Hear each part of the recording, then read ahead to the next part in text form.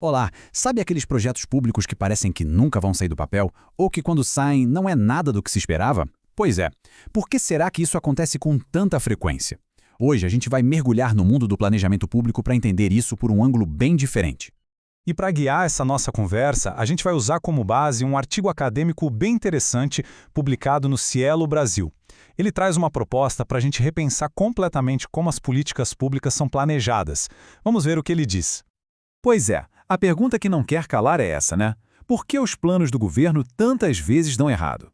A gente fica na expectativa, o anúncio é cheio de promessas, mas aí vem a realidade. Atrasos, custos que explodem e o resultado final? Bem, nem sempre é o que foi prometido. Vamos tentar entender o porquê disso. Olha, para chegar na raiz do problema, a gente precisa primeiro desmontar uma ideia que está muito presente no nosso imaginário. O artigo que estamos analisando chama isso de mito do projeto técnico. A ideia é mais ou menos assim.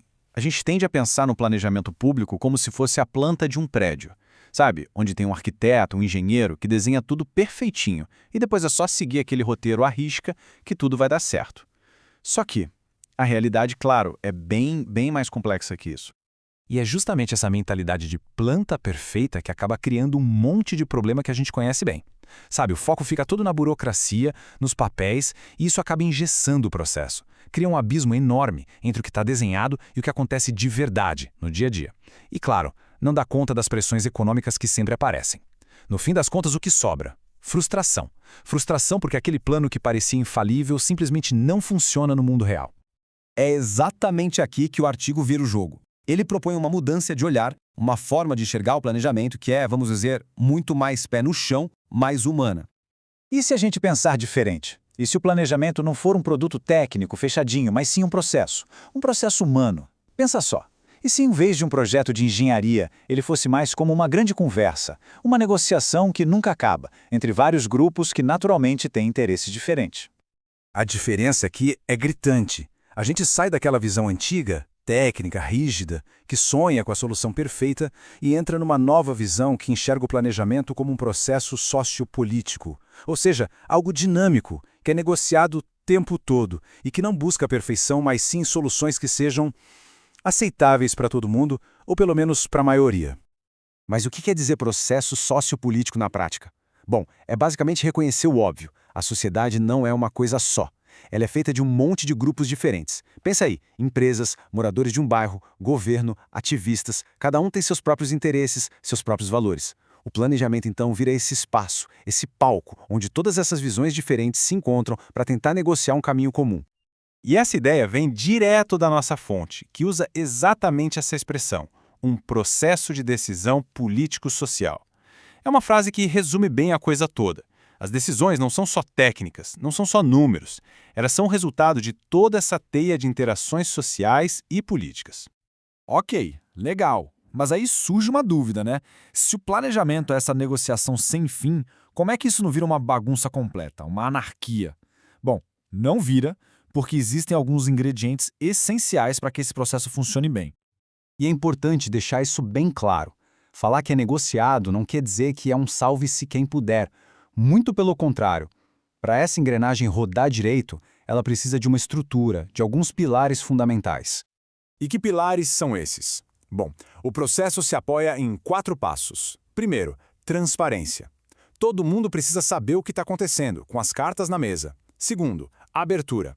Ou seja, tem que ter espaço para todo tipo de visão e interesse participar da conversa. Terceiro, claro, a negociação.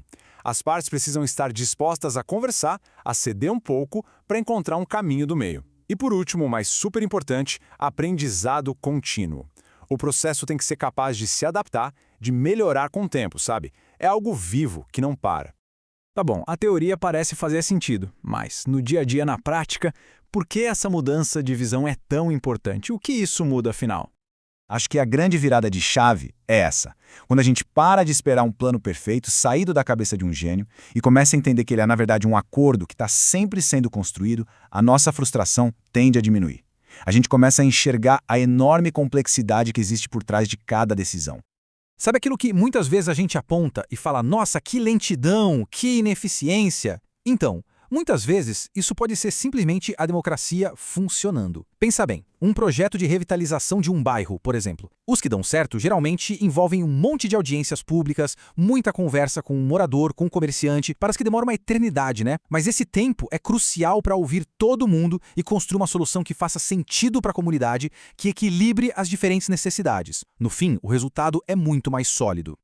Então, no frigir dos ovos, o objetivo final muda completamente. A meta deixa de ser executar um plano perfeito no papel. O foco passa a ser encontrar soluções em conjunto que funcionem de verdade, que empreguem resultados reais. E talvez o mais importante de tudo, criar um processo onde a sociedade inteira possa aprender e melhorar junto. E para a gente fechar, fica uma provocação para a gente pensar.